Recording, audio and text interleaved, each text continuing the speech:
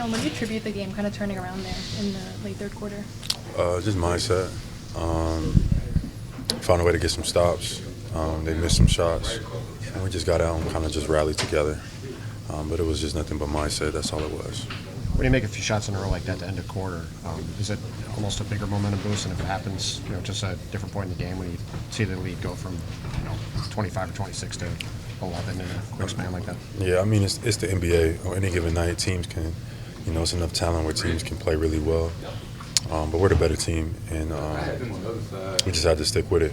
They were trying to mix it up. And give credit to Nick Nurse. He had his guys prepared, and they kind of threw some different coverages at us to try to slow us down. But once we just start just playing basketball, forget about, what covers they're in, forget about, the referees, just come out and play. The game will take care of itself. Were you guys saying anything to each other, or was it just a collective understanding that? Everybody was, just stick with it. Let's stick with it, even though we were down. We felt like we can get back in, just stay together, and we was able to rally back. Do you have any sense, like, you're down 26 with 3 minutes left in the third quarter? It's been a long, kind of grueling stretch. Do you have a sense how close you were, like the threshold of, all right, let's just call this a night and kind of keep? We knew if we can get within 10, that we would be fine. So that was the whole thing, in the third quarter, going into the fourth. Once we got into that 10 to 12 kind of range, we were in striking distance. So. I played the rest of the second half. JT played, the whole second half, and we just did what it took to get a win. Joe said he was watching your guys' body language, and he felt good. Like, that's something that would be common. What did you feel? What did you see in the other guys, and kind of where you guys were at? It was just mindset. First half was it was too many things that was just not important that was affecting us, affecting me, expecting calls or whatever. Even against a team like this, they can't stop me. So, what am I looking around for? Just play basketball and let the rest take care of itself. It'll even itself out. And I feel like our team kind of took that mindset in the second half and just stayed with it and, played through it, even through some of the mistakes. And we ended up being able to put a nice stretch together and come back. Joe said during the regular season there's a few special games that usually you get. You said this was one of those. Did that feel like for you, like this is a memorable one, or just coming back from such a significant deficit? I think so. Just how easy it is to just call it a night and just throw the subs in and just come up with some type of excuse to get a media or whatever.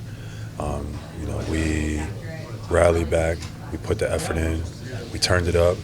We stayed together, and we persevered through a win, even though we probably shouldn't have been down that much in the first place. But I think it's a credit to us that we was able to kind of get it back on track in a hostile environment. Clamp down on Maxey in the second half. How did you do that, and then what can you take from that into going forward?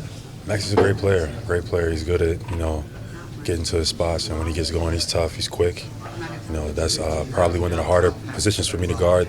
Those quickness, because they're can't always use your physicality because they're smaller. So as soon as you touch them, they think it's a foul. So in the second half, I just had to be a little bit smarter. But I try to use my physicality a little bit more. So just do your best to stay close to his body, and that's what I was trying to do in the second half. And that's what I told our guys to do: just stay on his body.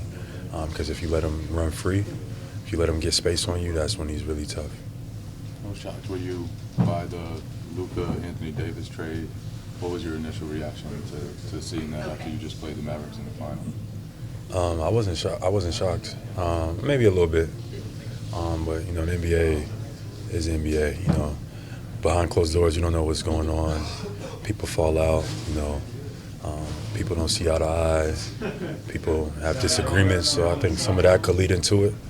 But I think for whatever reasons, Dallas and LA, they had their own timelines that they're looking into. The Lakers probably wanted to secure their future, and Dallas probably wanted to win now, and they thought hey, this is what we thought was best. So it's surprising initially, but then once you think about it, it's not that surprising.